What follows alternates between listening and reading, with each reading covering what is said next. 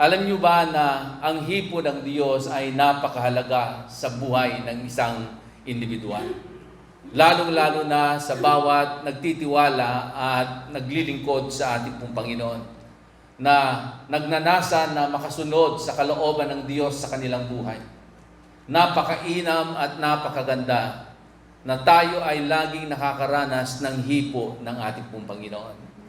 At yun po yung pag-aaralan po natin sa umagang ito.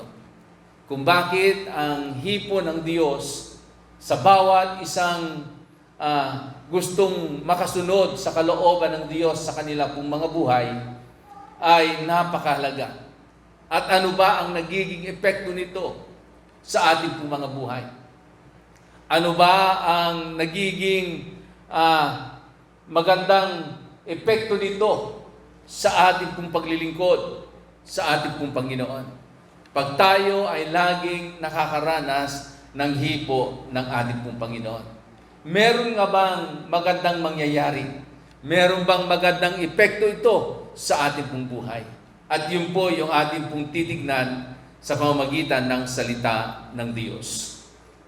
Buksan po natin ang ating pong mga banal na kasulatan sa mga oras na ito sa aklat ng Genesis chapter 32, beginning verse 24 up to verse 29, na ang pamagat ng ating pong pag-aaralan sa umagang ito ay the touch from above.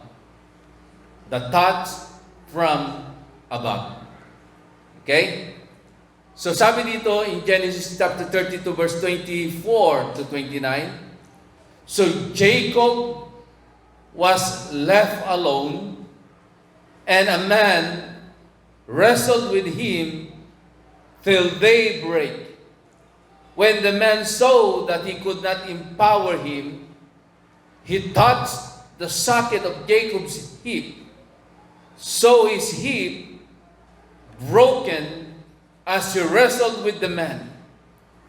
Then the man said to him, "Let me go, for it is daybreak." But Jacob replied, "I will not let you go unless you will bless me." The man asked him, "What is your name?" "Jacob," he answered. Then the man said, "Your name will be no longer Jacob, but Israel." The angel of the Lord said to Jacob, "Your name will be no longer Jacob, but Israel, because you have struggled with God and with humans and have overcome." Jacob said, "Please tell me your name." But the angel of the Lord replied, "Why do you ask my name?" Then the angel of the Lord, he blessed him there. Ang talatang ito ay nagpapakita kung paano ang Diyos na makapangyarihan ay merong ginawang napakagandang pagkilos sa buhay ng isang individual na ang kanyang pangalan ay si Jacob. At noong mga panahon na yon ay naranasan ni Jacob ang hipo ng Diyos sa kanyang buhay. Ito yung mga panahon na si Jacob ay nagnanasa talaga na makaranas siya ng pagbabago sa kanyang pong buhay. Na sa tagal ng panahon na lumipas sa buhay ni Jacob, siya ay napagod na dahil sa paulit-ulit na nangyayari sa kanyang buhay. At alam po natin kung ano ang naging takbo ng kwento ng buhay ni Jacob. At dito po sa pangyayaring ito, siya ay nagkaroon ng tinatawag na encounter with the Lord. At dito sa kanyang encounter sa ating pong Panginoon, ay ang daming nangyayari sa kanya. Nandoon na nung na-encounter niya ang ating pong Panginoon, ay wala siyang ibang kasama. Dahil kumilos at gumalaw ang ating pong Panginoon sa kanyang buhay nung mga panahon na hindi niya kasama ang kanyang buong pamilya at lahat ng kanyang mga tauhan. Pag ang tao po ay nakaranas ng hipo o siya ay hipuin o hawakan ng ibang tao, siguradong mararamdaman niya na siya ang hinawakan o siya ay hinipo. It means we can feel it. Mararamdaman at mararamdaman natin pag merong humipo at humawak sa atin. Amen? Ibig sabihin, hindi po ito invisible, bagkus ito ay mararamdaman at mararamdaman ng sinumang individual na hihipuin ng isang individual. So Jacob had this kind of experience in his life. When God touched him. Pero nung ang Diyos ay kinatagpo niya si Jacob, si Jacob ay nandoon sa isang tinatawag na isolation process ng kanyang buhay. Nang ibig sabihin nito ay nag-iisa siya. Naka-isolate siya sa karamihan, naka-isolate siya sa presensya ng maraming mga tao, naka-isolate siya sa paningin ng maraming tao. Ibig sabihin, siya at ang Diyos lamang ang magkasama sa mga oras na iyon. Kaya, walang dahilan para isipin ni Jacob na merong ibang tao na humawak at humipo sa kanya nung mga oras na iyon. When Jacob had this kind of experience with the Lord, or with the angel of the Lord, hindi lamang siya nagkaroon ng experience sa ating pong Panginoon ng isang oras o ng 2 oras, kundi sabi po ng banal na kasulatan, magdamag na siya ay nakikipagpambuno doon sa anghel ng ating Panginoon. So matagal at maraming oras ang kanyang iginugol na siya ay nakipagpambuno doon sa anghel ng ating pong Panginoon. Sabi nga ng banal na kasulatan, hanggat sila ay inabutan ng liwanag. Kaya nga, nung pasikat na yung araw at nung magliliwanag na, narinig mismo ni Jacob doon sa anghel ng Diyos na kanyang talagang kapambuno ng mga oras na iyon, sinabi ng anghel ng Diyos, pakawalan mo na ako. Bitiwan mo na ako. No? Pero hindi siya binitawan ni Jacob. Pero mabalik po tayo doon sa lugar kung bakit nangyari yung bagay na iyon kay Jacob. Bakit hindi ginawa ng Diyos nung mga panahon na kasama ni Jacob ang kanyang buong pamilya? Bakit hindi ginawa ng Diyos yung ganoong pangyayari sa buhay ni Jacob nung kasama niya ang kanyang mga tauhan? Bakit nung siya ay nag-iisa lamang? Alam niyo ba na maraming mga tao sila ay takot na ma-isolate. They have this kind of fear of isolation in their lives. Kaya nga maraming mga tao, pag matindi na yung kanilang mga pinagdaraanan, ayaw na nilang ayaw nila na sila ay nag-iisa. Ayaw nila na wala silang kausap. Gusto nila na maya-maya ay meron silang kausap na tao because they have this kind of fear of isolation in their life. Alam niyo ba mga kapatid, inaalaw ng Diyos sa buhay ng bawat isa po sa atin na dumating tayo sa ganitong kalalagayan sa ating pong mga buhay. Na minsan ay malagay tayo sa isang isolation area, na tayo ay ma-isolate sa mata ng karamihan, ma-isolate po tayo sa presensya ng mga taong lagi nating nakakasama para tayo ay masolo ng ating pong Panginoon. Amen? Dahil ang katotohanan, masyado na tayong komportable sa presensya ng napakaraming mga tao na lagi po nating nakakasama at nakakausap sa araw-araw. At dahil sa ganoong kalalagayan, ay hindi na natin maranasan ang pagkilos at paggalaw ng Diyos sa ating pong mga buhay, at ang katotohanan, halos nahihirapan na tayo na marinig ang tinig ng ating Panginoon sa ating pong mga buhay. Kaya, inaalaw ng Diyos na tayo ay makaranas sa ganitong klaseng kalalagayan sa ating pong mga buhay. That's why, my dear brothers and sisters in Christ, do not fear isolation in your lives. Because isolation period in our lives, God used this time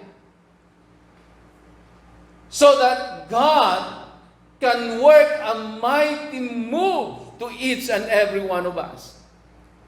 Para ang Diyos ay makakilos ng isang kahanga-hangang pagkilos sa ating pong mga buhay. Para magawa ng Diyos ang nais na gawin ng Diyos sa bawat isa po sa atin. At iyon ang ginawa ng ating pong Panginoon sa buhay po ni Jacob. So, sabi po ng isang author, do not fear of isolation, because the reason that you are alone is that God is isolating you or isolating us before God will elevate us.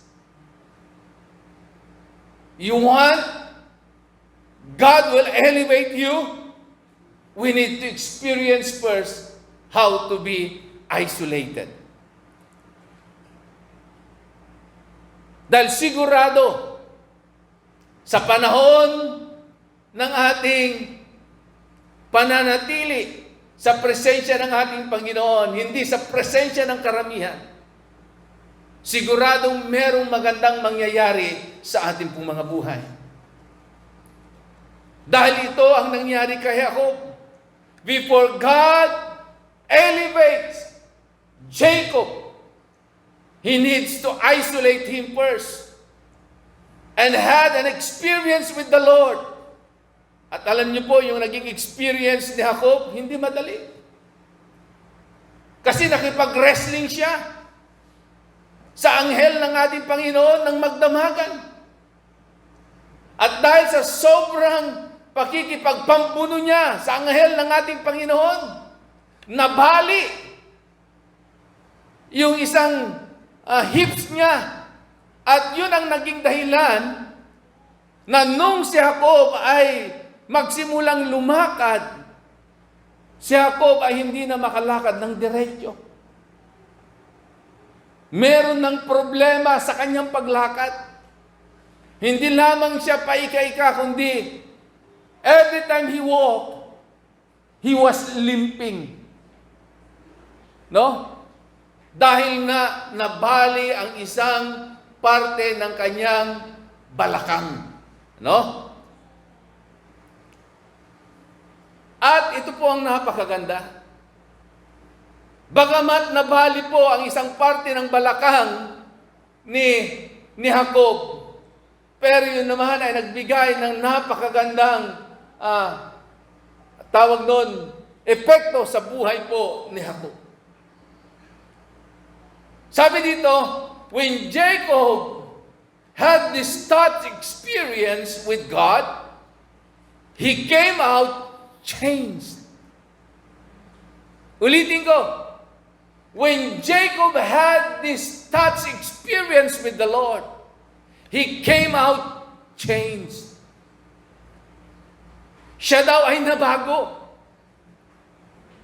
Yung dating pag siya'y lumakad ay diretso at walang problema, nung matapos siyang makipag-wrestling sa anghel ng Diyos, dahil nabali yung isang parte ng kanyang balakang, pag siya'y lumalakad na, siya ay paika-ika na, dahil nga na meron ng pagbabago sa kanyang pong buhay. Sa mata ng maraming tao, negatibo yung nangyari sa kanya. Ibig sabihin, hindi maganda yung nangyari sa kanya. Pero para kay Jacob, ito ay isang pangyayari sa kanyang buhay na hindi niya makakalimutan, bagkus iti-treasure niya dahil minsan sa kanyang pong buhay, naranasan niya ang presensya ng Diyos sa kanyang pong buhay, naranasan niya ang hipo ng Diyos sa kanyang pong buhay, at yung hipo ng Diyos na yon ay mayroong nangyayaring pagbabago sa kanyang buhay. Amen?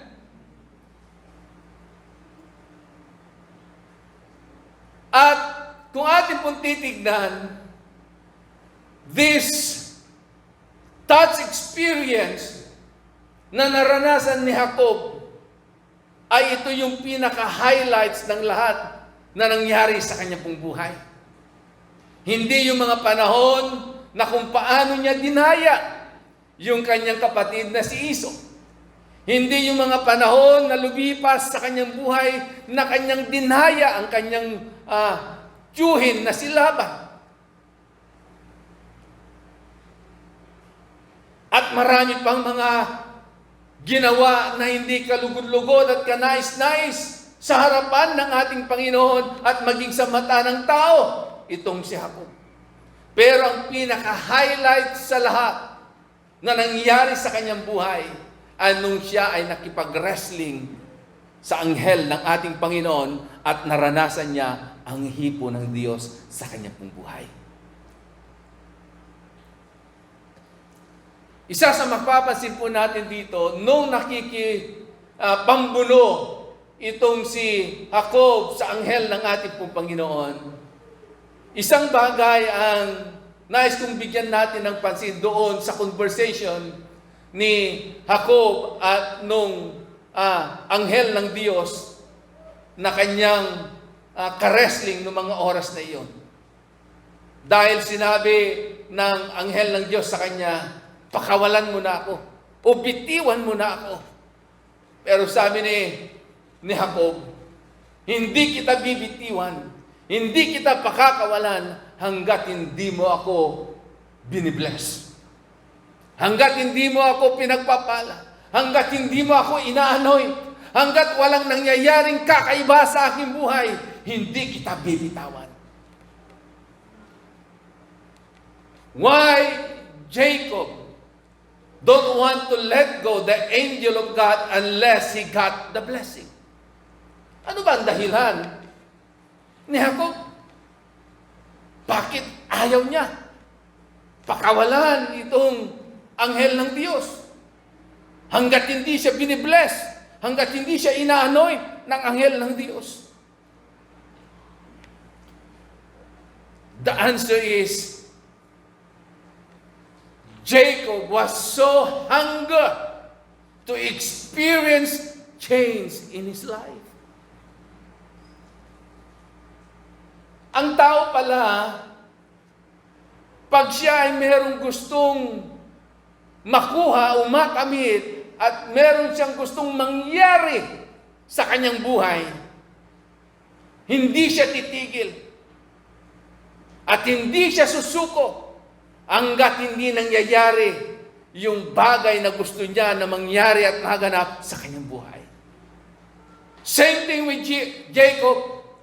He has this hunger to experience change in his life dahil gaya nga na nasabi ko sa inyo, sa tagal ng panahon na nilakbay ni Jacob sa kanyang pong buhay, sa grabing naging kwento at mga pangyayari na hindi maganda sa kanyang pong buhay, sigurado nakaranas na itong si Jacob ng sobrang kapaguran. Ayaw na niya na yung kanyang buhay ay umiikot lamang sa isang senaryo na siya ay lagi na lang nanlalamang at nanluloko sa kanyang kapwa. Amen? So he has this hunger, He has this hunger to experience the change in his life because he was tired having that kind of name Jacob for a long, long time. Bakit? Pagod na siya doon sa kanyang pangalan na ako. Ano ba meron? Ano ba nakakabit? Ano ba meron sa kanyang pangalan na ako? Kung ating pong titingnan, the name Jacob means supplanter, deceiver. Amen? Manloloko, manlilinlang, magaling mandaya. At kadalasan ng mga taong madaling mandaya ay magaling magsinungaling. Yung magaling manloko. Gusto niya, lagi siyang nakakalamang. Ganito ang dala-dalang pangalan ni Jacob at ito ay nagmanifest sa kanya pong buhay. Siguro kung tayo ang lalagay sa katatayuan ni Jacob, mapapagod din tayo. Kasi gusto rin natin na tayo magkaroon ng peace of mind. Gusto rin natin na pag tayo ay tinignan ng tao, matutuwa sila sa atin. Hindi yung pag nakita tayo ng tao, sasabihin, ayan na, parating na yung manloloko. Ayan na, parating na yung sinungaling. Yung mapanlinlang. At napakarami ng mga tao ang kanyang nilinlang. Ang hirap kaya mabuhay na ganoon ang tingin lagi sa iyo ng tao. At yun talaga ang naranasan ni Jacob. Mula sa kanyang kapatid na si Iso, mula sa kanyang tiyuhin na si Laban, mula sa mga anak ni Laban na naging mga parte ng kanyang buhay, maging sa pag-aalaga niya ng iba't ibang klase ng hayop na pag-aari ng iba. So ganoon ang naging takbo ng buhay ni Jacob. Kaya dumating na siya sa punto ng kanyang buhay na sobrang pagod na siya, na ayaw na niya itong pangalan na ito sa kanyang buhay. Dahil grabe na ang epekto nito sa kanyang pang-araw-araw na pamumuhay. Kaya nga, hindi niya pinakawalan yung anghel ng Diyos hanggat hindi siya binibless, hanggat hindi niya natatanggap yung blessing na nagmumula sa ating pong Panginoon. And to cut the story short, alam naman natin ang nangyari. Bago niya pinakawalan yung anghel ng Diyos, natanggap niya ang pagpapala mula sa ating Panginoon. At sabi ng Biblia, your name is no longer Jacob, but Israel. Nang ibig sabihin ng salitang Israel, the friend of God. Friends of God. Dati, ang sama ng tingin ng ibang tao sa atin nung hindi pa tayo nakakilala sa ating Panginoon. Ang daming mga salita tayong naririnig, iba-iba ang tawag nila sa atin. Siguro, may ibang alias tayo sa ibang tao at merong ibang tawag sa atin ng ibang tao. Dahil nga sa ating lumang pamumuhay at lumang pagkatao. Pero nung dumating yung panahon na tayo ay nakaranas ng grabing hipo ng Diyos sa ating pong mga buhay, at tayo ay nakaranas ng tinatawag na personal na encounter sa ating pong Panginoon. Tayo, ang buhay natin dati na masama, ayaw ng maraming tao, itinatakwil tayo, pinagkikismisan tayo, pinag-uusapan tayo ng hindi maganda. Pero yung buhay na yon, nung nahipo ng Diyos, nung tayo nagkaroon ng encounter sa Diyos na makapangyarihan, na nagbabago ng buhay, nagkaroon tayo ng panibagong buhay. Yung buhay nating masama ay binago ng Diyos. Yung buhay natin na walang kapag-pag-asa ay binigyan ng pag-asa ng ating pong Panginoon. Na yung dati, yung buhay natin ay punong-puno ng pagkatalo, tayo ay binigyan ng katagumpayan ng Diyos. At hindi lamang tayo binigyan ng katagumpayan ng ating pong Panginoon, bagkos tayo ay kanyang tinawag that we are more than conquerors. Dahil kay Kristo.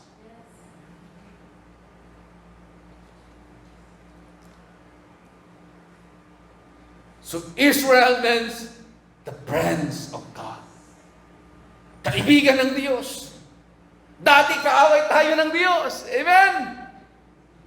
Nung tayo'y makasalanan, nung hindi pa tayo nanumbalik sa ating Panginoon, nung hindi pa tayo naging anak ng Diyos, kaaway tayo ng Diyos. Pero nung binuksan natin ang ating mga puso sa ating Panginoon, pinapasok natin si Kristo bilang Panginoon at tagapagligtas ng ating pong buhay. At siya na ang naging Diyos natin, siya na ang naging tagapagligtas natin. Tayo ay binilang na sa pamilya ng ating Panginoon. Hindi na tayo naging kaaway ng Diyos, bagkos tayo ay naging kaibigan ng Diyos.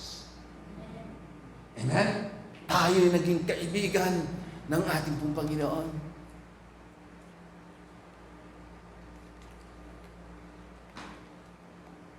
At doon sa pangyayaring yon, yung pagbabagong ginawa ng Diyos sa buhay ni Jacob, hindi niya talaga ito makakalimutan. Ganon din po tayo. Kung talagang ikaw ay nakaranas ng hipo ng Diyos, at ikaw ay nakaranas ng tinatawag na encounter sa ating Panginoon, yung panahon na na-encounter mo ang Diyos, yung panahon na una mong naranasan ang hipo ng Diyos sa iyong buhay, hindi mo makakalimutan yun.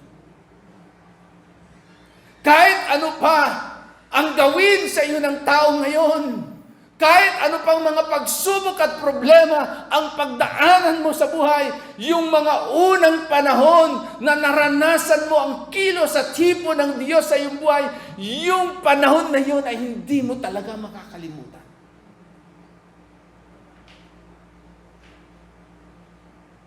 Dahil grabe ang nagagawa ng hipo ng Diyos. Hindi lamang natin naranasan, hindi lamang natin naramdaman, kundi merong magandang naging epekto sa ating pong buhay. Just like Jacob, he came out changed. Tayo rin. When we had an encounter with the Lord, when we experienced the touch of God in our lives, we came out changed also.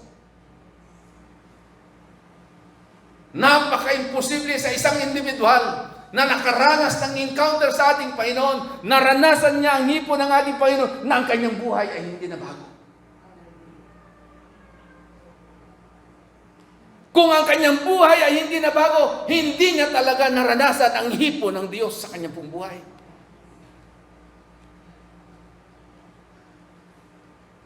O dili kaya naranasan niya ang hipo ng Diyos sa kanyang buhay, pero ini-ignore niya yung kabutihan at kagandahang loob ng Diyos sa kanyang pong buhay.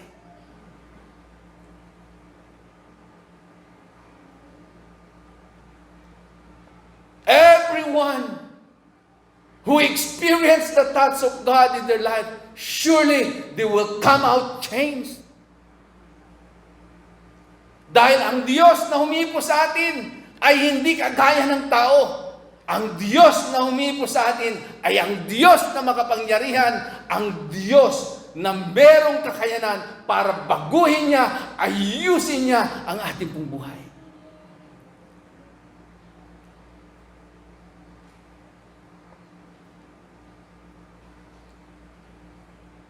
At ano ang nagiging benepisyo sa buhay ng isang tao pag siya ay nahipo ng ating pong Panginoon?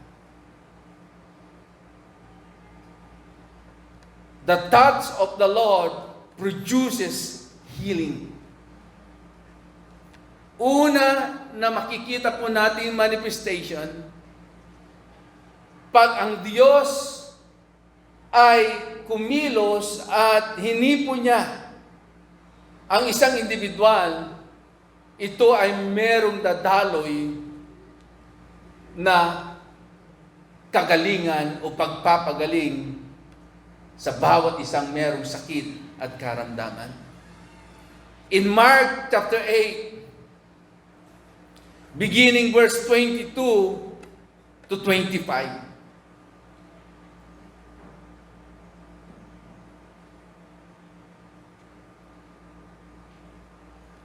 Sabi dito,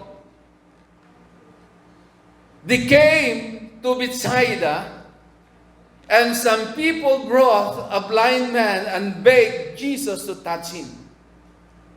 He took the blind man by the hand and led him outside the village.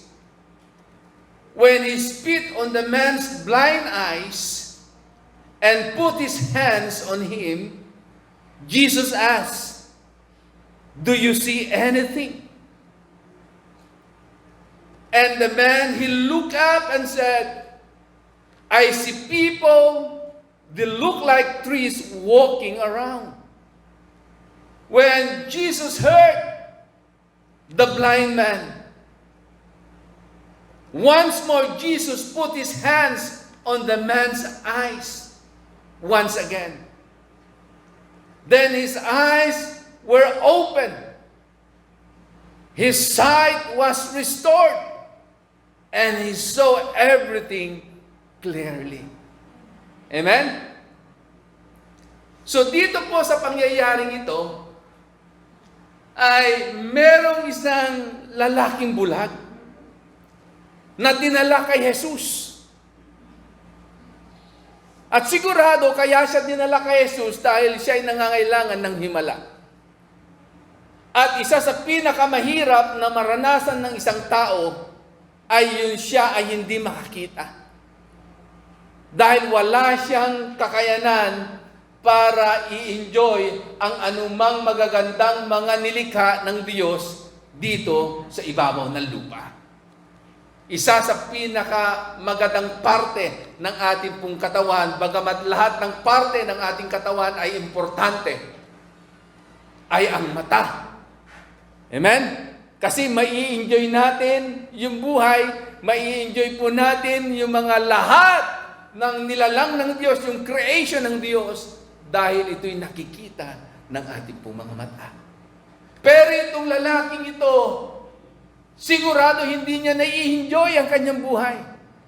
Dahil ni minsan, hindi niya nakita ang kagandahan ng sanlibutan, ng kapaligiran na meron siya na ginawa ng ating pong Panginoon.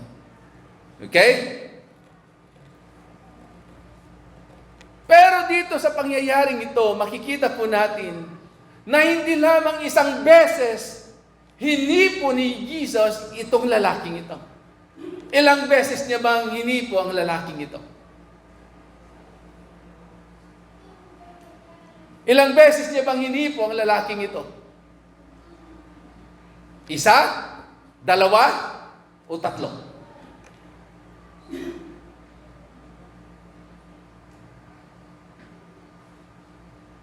Kung ating pong titingnan, hindi lamang po isa. Hindi lamang po dalawa, kundi 3 beses na hindi po ni Jesus. Una, na paghipo ni Jesus, nung hinawakan ni Jesus yung kamay ng lalaki. Okay? Nung hinawakan ni Jesus yung kamay ng lalaki para siya ay dalhin palabas. Dalhin palabas. Bakit kaya hinawakan ni Jesus yung kamay ng lalaki? At siya ay hinila palabas ng village.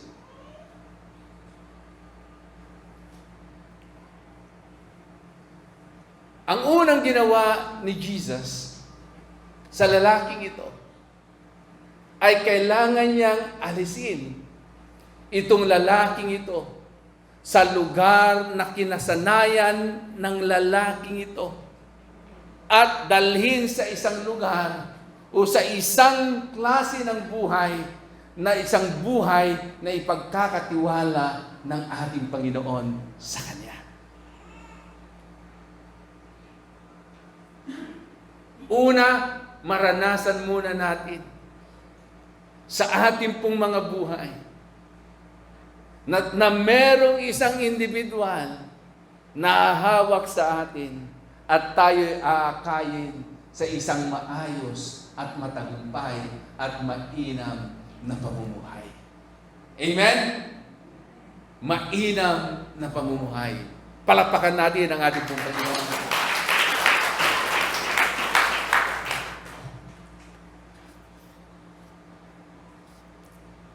Pangalawang hipo ng Diyos sa lalaking ito.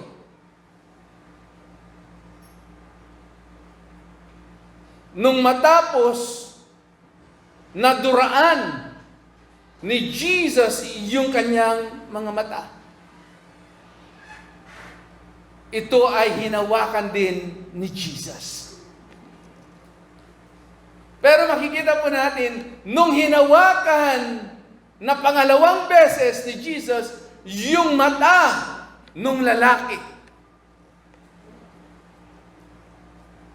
hindi agad-agad naging malinaw ang kanyang paningin. Amen? Karanasan ng marami sa atin. Dahil ang karanasan ng bawat individual ay hindi pare-parehas sa ating pong Panginoon. Meron yung iba, unang hipo pa lamang ng Diyos, nagkakaroon na talaga ng grabing paggalaw at pagbabago sa kanilang buhay. At yung iba naman, nangangailangan pa ng panibagong hipo at kilos ng Diyos sa kanilang mga buhay. Bago nila maranasan ang lubusang pagbabago sa kanilang mga buhay. Amen? Pero, nung maranasan ng lalaking ito yung pangalawang hipo ng Diyos, hindi pa naging malinaw ang kanyang paningin. Kaya anong ginawa ng ating pong Panginoong Hesus? Muli ay kanyang hinawakan uli itong lalaking ito. At doon sa pangatlong pagkakataon,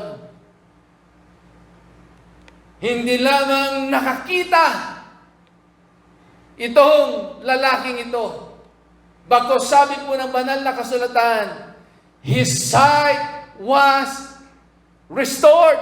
Amen?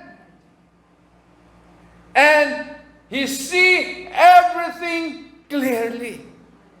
Hallelujah! Hindi lamang pinanumbalik ng Diyos ang kanyang paningin, kundi pagtingin niya sa lahat ng bagay ay malinaw na malinaw. Sa buhay natin, may mga pagkakataon na kailangan nating dumaan sa tinatawag na proseso. Amen? Pero habang tayo dumadaan sa proseso na ginagawa ng Diyos sa ating pong mga buhay, at patuloy nating nararanasan yung hipo ng Diyos sa bawat isa po sa atin, at lalo po nating nararanasan yung kilos at galaw ng Diyos at kapangyarihan ng Diyos sa ating pong mga buhay. At doon sa pangyayaring yon, doon sa karanasan na yon, nakikita po natin, naoobserbahan po natin na nangyayari sa ating pong mga buhay na unti-unti nagiging maliwanag at nauunawaan na nating maigi ang katotohanan, ang kalooban ng Diyos sa ating mga buhay. Amen? Kaya minsan nagtataka tayo, bakit ang tagal-tagal na niya, ang bagal ng kanyang paglago? Siguro kailangan niya ulit ng muling paghipo ng Diyos. Kaya nga sa buhay natin, huwag tayong maging matigas. Huwag tayong maging mapagmalaki sa ating Panginoon. Maging mapagpakumbaba tayo at maging willing tayo na muling buksan ang ating mga puso at muli nating isuko yung ating mga buhay sa Diyos bilang pagpapakita na kailangan muli natin na tayo ay mahipo ng Diyos ang ating mga buhay. Amen?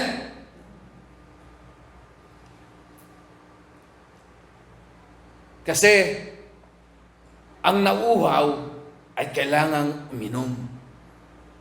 Ang nagugutom ay kailangang kumain. At ang pinakamaganda, pag ikaw ay nauuhaw at uminom ka, ang mas mainam doon, hindi lang basta ikaw ay nakainom, kundi naibsan, hindi lamang naibsan ang iyong pagkauhaw, kundi talaga naman satisfied na satisfied ka. Ganun din, pag ikaw ay nagutom, hindi lamang basta ikaw ay nakakain at naibsan ang iyong pagkagutom, kundi talagang nabusog ka. At meron pong pagkakaiba doon sa naibsan lang yung kanyang pagkagutom at doon sa nabusog. Ganun din po sa hipo at kilos at galaw ng Diyos sa ating pong mga buhay. Mas mainam na pag nararanasan natin yung hipo at kilos ng Diyos, mas mainam na meron talagang nangyayaring maganda sa ating pong mga buhay. Amen? So the touch of the Lord, it heals. Ito'y nagpapagaling.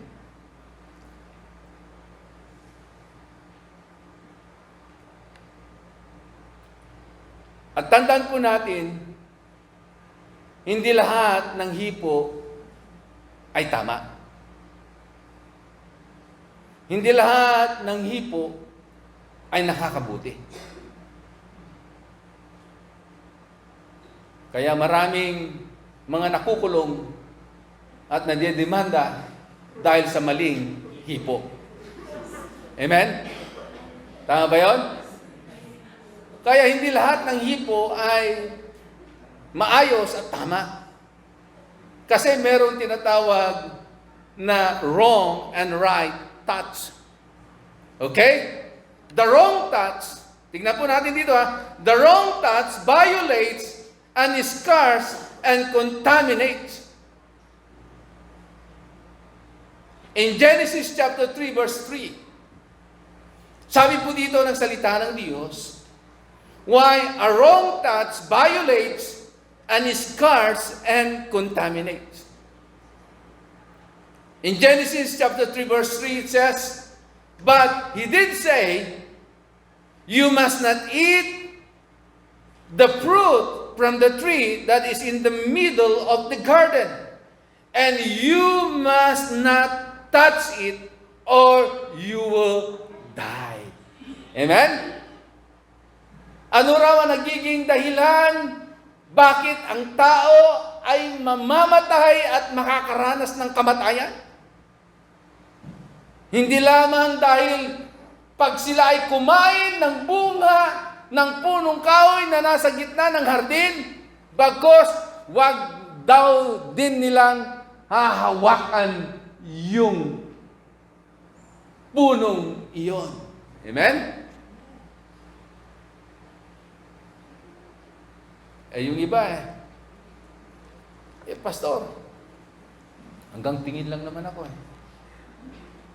Pero dahil hindi ko napigilan ang aking sarili, dahil sa kakatingin ko, nahawakan ko. Amen? Kaya nga, merong tinatawag na wrong touch at saka right touch. At ito ang nangyari sa tao noong unang panahon. Because they violates the command of the Lord. Amen? Hindi sila nakinig. Sinuway nila ang utos ng ating Panginoon. Sinabi ng, huwag kayong kakain sa bunga ng punong kahoy na nasa gitna ng hardin. At hindi nyo rin ito hahawakan. Pero anong kanilang ginawa? Kinain nila yung bunga ng punong kahoy. Nagpalinin lang sila sa isang jablo.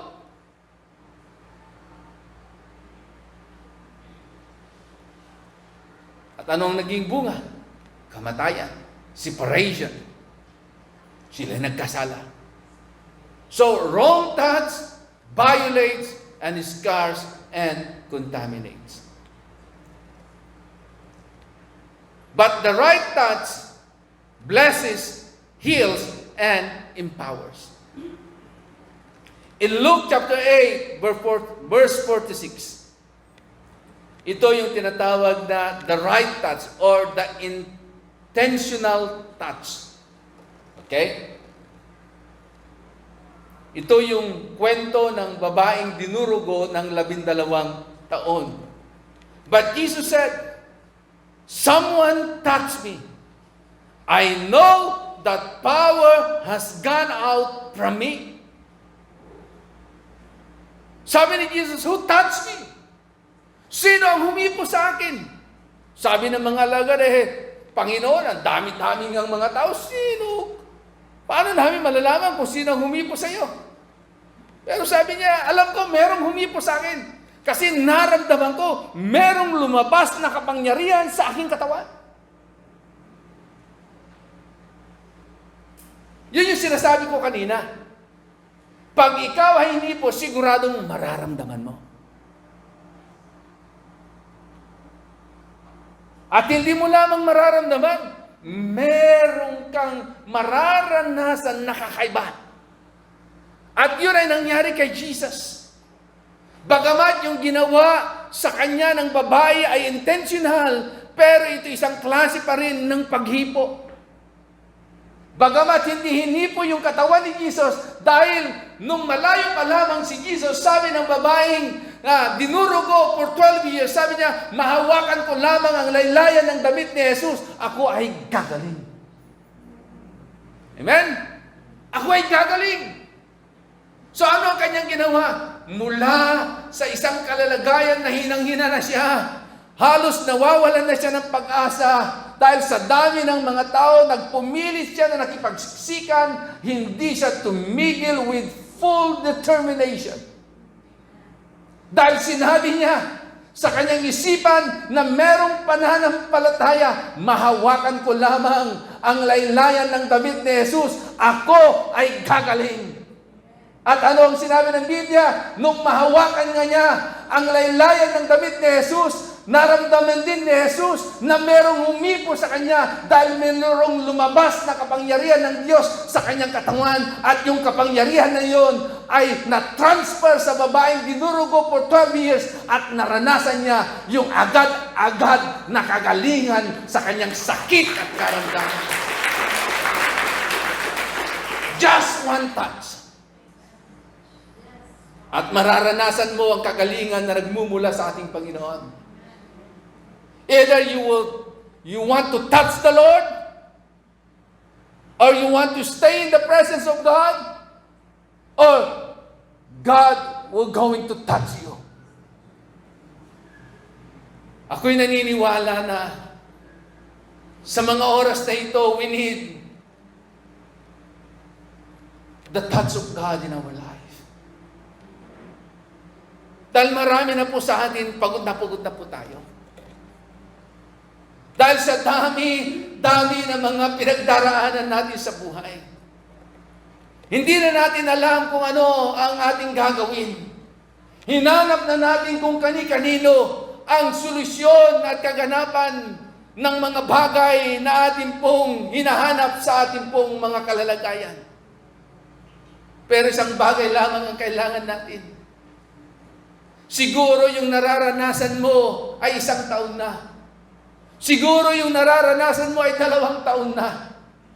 O yung nararanasan mo hanggang sa ngayon ay naranasan mo pa 3 years ago, 5 years ago. Pero itong babae ito, for 12 years, walang nangyari. Hinanap niya kani-kanino. Hinanap niya sa siyensya, hinanap niya sa tulong ng tao, hinanap niya sa dami ng kanyang kayamanan, pero sabi ng Biblia, walang nangyari, walang naibigay na tulong ng siyensya, walang naibigay na tulong ng ibang tao, naubos ang kanyang kayamanan, pero only one touch from the Lord, at naranasan niyang kagalingan.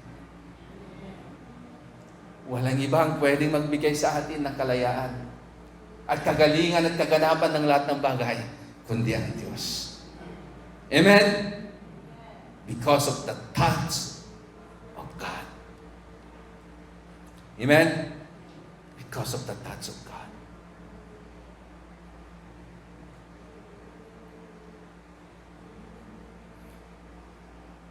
In Luke chapter 6, verse 19, sabi dito, ganito kahalaga ang hipo ng Diyos. In Luke chapter 6 verse 19, tingnan niyo po ang naging response ng mga tao. And all the people tried to touch Him. Amen? Sabi ganoon, lahat daw ng tao sa lugar kung nasaan si Jesus, they tried to touch Him. Why? Why all the people in that village, they tried to touch Jesus? The Bible says because the power was coming from Him and healing them all. Hallelujah!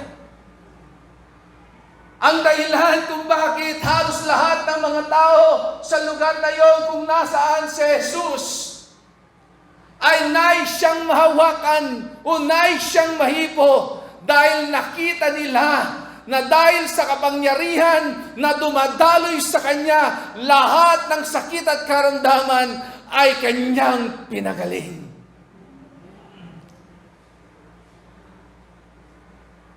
The touch of the Lord, it heals. It brings healing. It brings deliverance. Amen? Hallelujah. And the touch of the Lord, it comforts.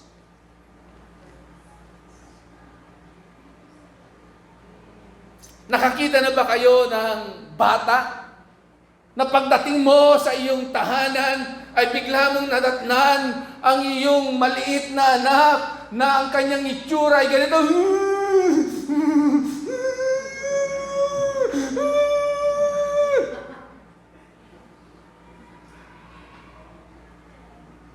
Pag nakakita ka ng ganitong klase ng bata at ganoon ang kanyang kalalagayan, hindi agad-agad ibubuka mo ang iyong bibig.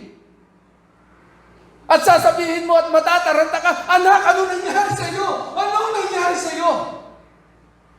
Di ba kadalasan pag nakita mo yung ganoong kalalagayan ng isang bata, grabe ang kanyang iyak, grabe ang kanyang takot, hahawakan mo lamang siya. At pag hinawakan mo siya at iyon ang unti-unting niyakan, at kanyang nararamdaman yung comfort ng iyong hipo sa kanya. Kapatid, itong batang ito na grabe yung kanyang takot, grabe yung kanyang iyak, maya-maya nararamdaman mo, wala ka nang maririnig na pag-iyak. Why? Because the touch, it comforts.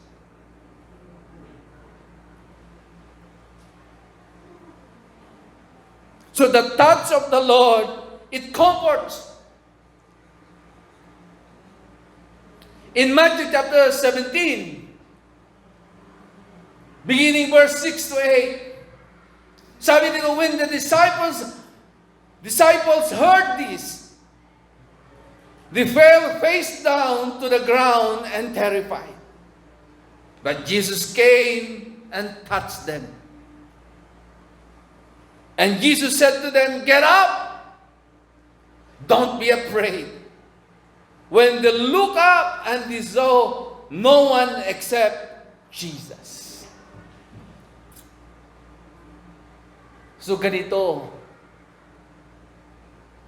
ang naidudulot ng hipo. Lalo-lalo na kung ang mararanasan mo ay ang hipo ng ating pong Panginoon. Yung takot, nawawala. Yung pangamba, nawawala. Yung agam-agam, nawawala. Dahil nandoon ang hipo ng Diyos na punong-puno ng pagkalinga. Palakpakan natin ang ating pong Panginoon. So sa lahat ng nagnanasa at naghahanap at gustong makaranas ng kalinga ng ating pong Panginoon, you need the touch of God. Tandaan po natin, sabi ng isang lingkod ng Diyos na si Bishop Bronner, when words are inadequate, touch can mysteriously communicate what is in our hearts. Hallelujah. May mga panahon daw sa buhay po natin na ang salita o ang anumang bagay na lalabas sa ating po mga bibig ay hindi na mahalaga. Bagkus ang pinaka-importante sa mga panahon na yon ay yung tibok at ang yung ating pong kalinga sa ating pong kapwa.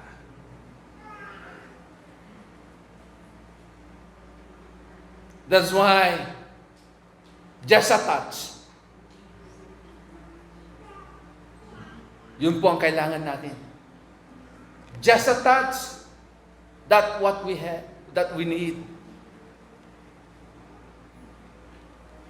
No need to say a word. Just only one touch. Amen? Kailangan po natin, hipo lang ng ating pong Panginoon. And lastly, the touch of the Lord, it's transformed. Ito po ay nakapagbabago ng buhay. Hindi po pwede na pag ikaw ay hinipo ng Diyos, walang pagbabago na mangyayari sa iyong buhay. In Philippians chapter 3 verse 12 and 14, sabi ni Apostol Pablo, "Not that I have already obtained all of this, or have already arrived at my goal, but I press on to take hold of what that which Jesus Christ took hold on me." Brothers and sisters, I do not consider myself yet to have taken hold of it, but one thing I do, forgetting what is behind and straining toward what is ahead, I press on toward the goal to win the prize for which God has called me heavenward in Christ Jesus. Amen? Para kay Apostol Pablo, anumang karangyaan, anumang katagumpayan, anumang accomplishment na meron po siya, para sa kanya, yung naranasan niya sa ating Panginoon, yung pagkatawag ng Diyos sa kanya, yun ang kanyang tinututukan sa kanya pong buhay. Dahil yun po ang mahalaga. Yun ang mahalaga sa kanya. yung pagkilos at paggalaw ng Diyos sa kanya pong buhay. Tandaan po natin, God can touch us through an intangibles of life. Ibig sabihin, sa anumang kalalagayan, sa anumang sitwasyon na meron po tayo, sa anumang estado na meron po tayo, ang Diyos ay pwede niya tayong hipuin para maranasan natin ang kanyang kapangyarihan sa ating pong mga buhay. Alam naman po natin kung ano nangyari kay Pablo, kay Saul. Bago siya magkaroon ng tinatawag na encounter sa ating pong Panginoon doon sa daan ng Damascus. Sino si Saul? Si Saul ay isang persecutor ng mga mananampalataya, ng mga believers. Yung mga tagasunod ng ating pong Panginoon. Sino ba si Saul? Si Saul, matalino. Nag-aral sa katuruan ni Gamaliel.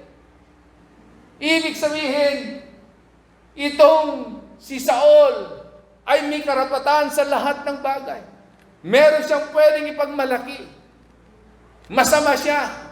Siya ang naging dahilan para mamatay ang isang lingkod ng Diyos na si Esteban. Pero dahil ang Diyos ay may plano sa kanya, sa ganoong kalalagayan, sa ganoong estado ng buhay, meron si Saul. Nagkaroon siya ng tinatawag na encounter with the Lord. At naranasan niya yung hipo ng Diyos sa kanya doon sa daan ng Damascus. Napakahirap nga ang nangyari kay Saul. Dahil sa tindi ng liwanag na kanyang nakita, siya ay nabulag. At ilang araw siyang hindi makakita. Inalaw ng Diyos na maranasan ni Saul yung mga panahon na yon, na mawala siya doon sa mga kanyang dating nakikita para ang kanyang marinig at maranasan lamang sa mga ilang araw na hindi siya nakakita ay ang ating pong Panginoon. Kaya huwag kayong matakot. Kung may mga bagay na dati niyong nai-enjoy ay aalisin ng ating pong Panginoon sa inyong pong buhay. Hindi para kayo ay pahirapan, kundi para lalo niyong maranasan at lalong lumalim ang inyong relasyon sa ating pong Panginoon. God can transform us by using troubles or problems in our life. Ulitin ko.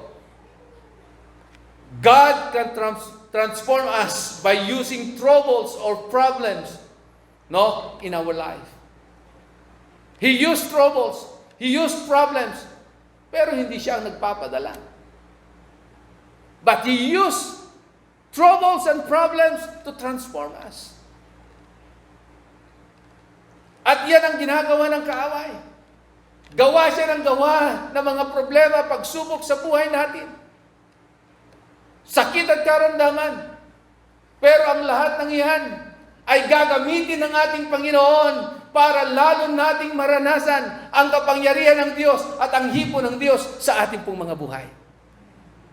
So He uses all troubles and problems in our lives to transform us. Kaya wag nating katakutan ang mga pagsubok at problema. Hindi yung bigla ka na lang iiyak. Bigla ka na matatakot. Bigla ka na nagpapanik. Hayaan mo lang. Ang tignan mo, ano kaya ang gagawin ng Diyos sa akin sa mga pagsubok na ito at problemang ito o sakit at karamdaman na ito na aking nararanasan. Amen?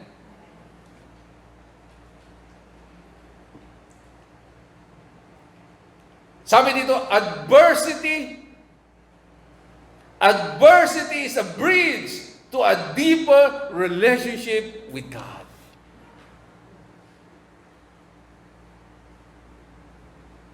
Adversity is a bridge to a deeper relationship with God. Gusto niyo bang lalo pang lumalim ang ating relasyon sa ating pong Panginoon? Huwag nating katakutan ang mga pagsubok at problema. Kasi ito ang ginagamit ng ating pong Panginoon na magiging tulay para lalo tayo mapalalim sa ating pong pakikipagrelasyon sa ating pong Panginoon. Kasi the more na tayo dumadaan sa ganitong mga sitwasyon ng buhay, hindi lamang tayo lumalalim, kundi lalo nating nakikilala ang Diyos sa buhay natin. Philippians chapter 3 verse 10 to 11. Bago po tayo manalangin sa oras na ito. Philippians 3 chapter 10 verse 11.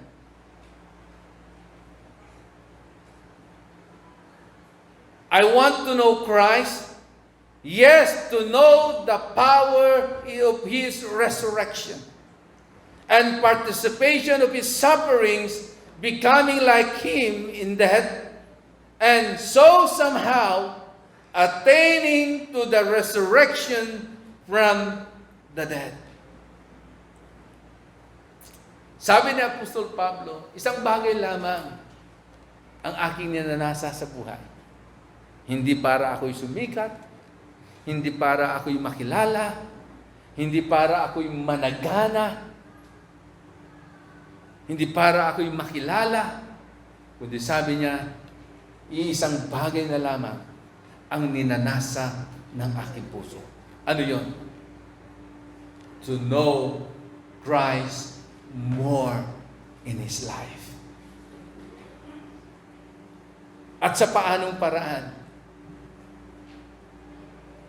In what way that Paul says he wants to know more Christ in his life? Ang makabahagi sa muling pagkabuhay ni Kristo at maranasan ang naranasan ni Kristo doon sa krus ng Kalbaryo. Grabing pagnanasa na meron itong si Pablo. Sa kagustuhan niya lamang na makilala ng lubusan ng Diyos sa kanyang pong buhay, ay willing siya na maranasan ang muling pagkabuhay ni Kristo at makihati doon sa paghihirap na naranasan ni Kristo doon sa krus ng Kalbaryo hanggang sa kamatayan. Sa mga kapatid ko na nandito ngayon at maging sa aming pong mga kapatiran na nasa kanilang mga tahanan ngayon, ganito rin ba yung nasa ng ating pong puso? Yung makilala natin ang lubusan ng Diyos. At alam nyo, nabago ang buhay ni Apostol Pablo. Bago siya dumating sa ganitong kalalagayan sa kanyang buhay, at ito na yung nasa lamang ng kanyang puso, yung maranasan, yung muling pagkabuhay ni Kristo at makilala ng lubusan si Kristo sa kanyang buhay at makihati doon sa kahirapan na naranasan ni Kristo doon sa krus ng Kalbaryo hanggang sa kamatayan. Dahil dumating siya sa punto ng kanyang buhay, nang habang siya naglalakbay doon sa daan ng Damascus, naranasan niya ang hipo ng Diyos sa kanyang buhay. Ito yung dahilan kung bakit ganito mag-isip si Pablo. Kung bakit ganito ang nasa ng puso ni Pablo. Dahil naranasan niya yung hipo ng Diyos sa kanyang buhay. Nawa ito rin yung nasa ng puso natin ngayon. Alam ko naranasan nyo hindi lamang isang beses, Siguro baka 2 beses, baka 3 beses pa. Yung hipo ng Diyos sa inyong pong buhay. At huwag nating hayaan na yung mga karanasan na yon ay makalimutan po natin. Kundi yun ang patuloy na magpaalala sa atin na merong Diyos na bumago ng ating buhay. Merong Diyos na nagparanas ng kanyang kabutihan at katapatan sa ating pong mga buhay. Kung nais mo na sa mga oras na ito ay muli mong maranasan ang hipo ng Diyos sa iyong buhay, at iyan yung iyak at desire ng iyong puso ngayon, kapatid, inaanyayaan kita na tumayo. At sa oras na ito, hayaan natin na muli tayong hipuin ng Diyos. At sa pamamagitan ng kanyang paghipo sa bawat isa po sa atin,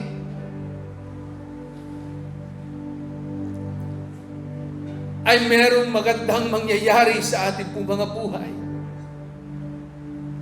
Merong magandang mangyayari sa ating pong kalalagayan. Hallelujah. Thank you, Lord. Thank you, Jesus. Oh, Rabayande. Shika Rababayende Robosoko Rababayanda. Shika Rababayende Roboboyende Shika Radadayende.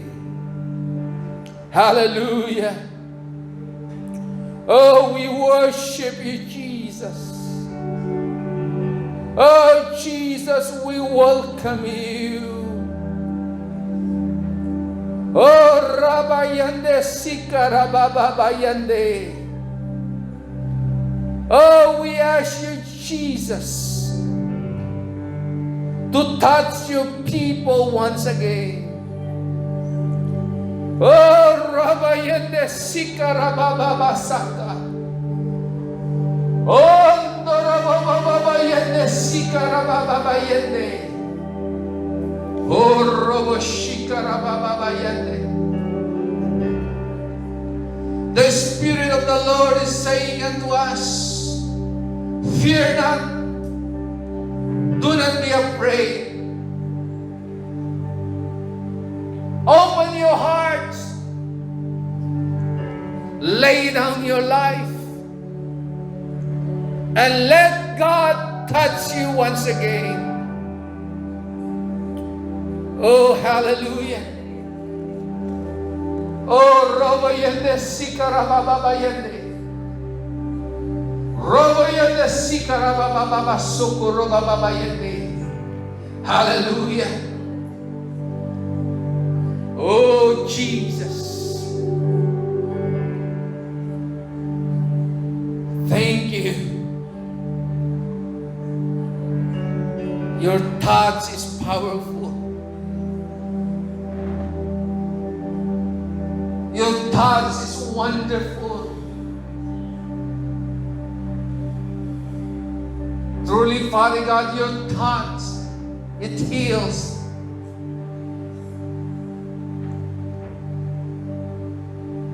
It heals the brokenhearted.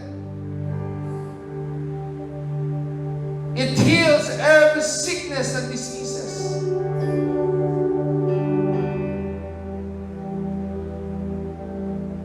That's why, Lord, I ask you that you will stretch forth your hands to your people in this hour, O God.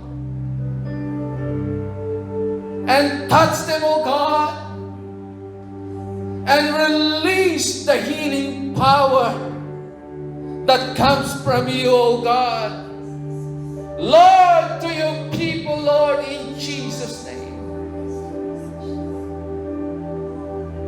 Heal the broken bodies, Lord. Heal their broken hearts, O God. Heal every sickness and diseases in the name of Jesus. Jesus. Let your touch flow upon their life, Lord, in Jesus' name. Yes, touch your people, Lord. Oh, Rabayende, Sikarababayende. Oh, Robo Sokorababayanda Sakaraba. Hallelujah. Yes, not only your touch heals, but your touch comforts, Lord. Lord, marami ang mga nandito, O Diyos. At marami rin, O Diyos, ang aming mga kapatiran na nasa kanilang mga tahanan. Nakasama namin sa aming pong service, Father God, na sila ay nasa online. Lord, in the name of Jesus, mula sa lugar na ito, hanggang doon sa lugar o sa tahanan na nandoon ang aming pong mga kapatiran at nakakarinig ng tinig na ito.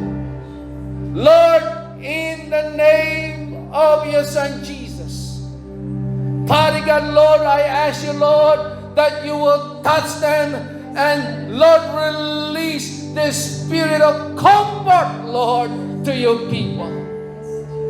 Yes, receive the touch of God that brings comfort. In Jesus' name, receive the comfort of the Lord right now. Oh, Rabayande, Sikarababayanda, Sokorababayanda Rababoyende. Hallelujah. Not only your touch heals and comforts, but also your touch, it transforms life. Panginoon, patuloy mong hipuin ang bawat isa na lumalapit sa iyo po, Panginoon, nasaan man sila sa apat na sulok ng lugar na ito at nasaan man sila, O Diyos, sa mga oras na ito po, Panginoon, nasa kanilang mga tahanan o nasa kanilang mga trabaho.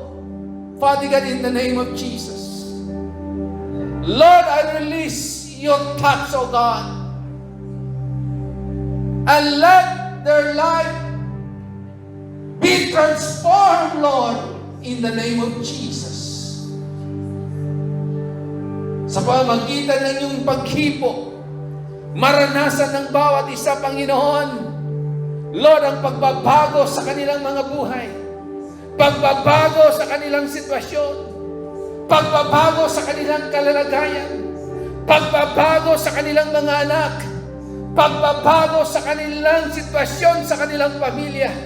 At Lord, in the name of Jesus, that through your touch, O God, hayaan mo na maranasan nila, Panginoon, ang kalayaan na nagmumula sa iyo. So, Father God, in the name of Jesus, I release healing, I release the comfort of the Lord, and I release transformation, Lord. Lord, upon your people right now, in Jesus' name. Salamat po. Patuloy na hipuin mo ang iyong mga anak. Patuloy mo silang katagpuin. Patuloy mo silang pagpalain.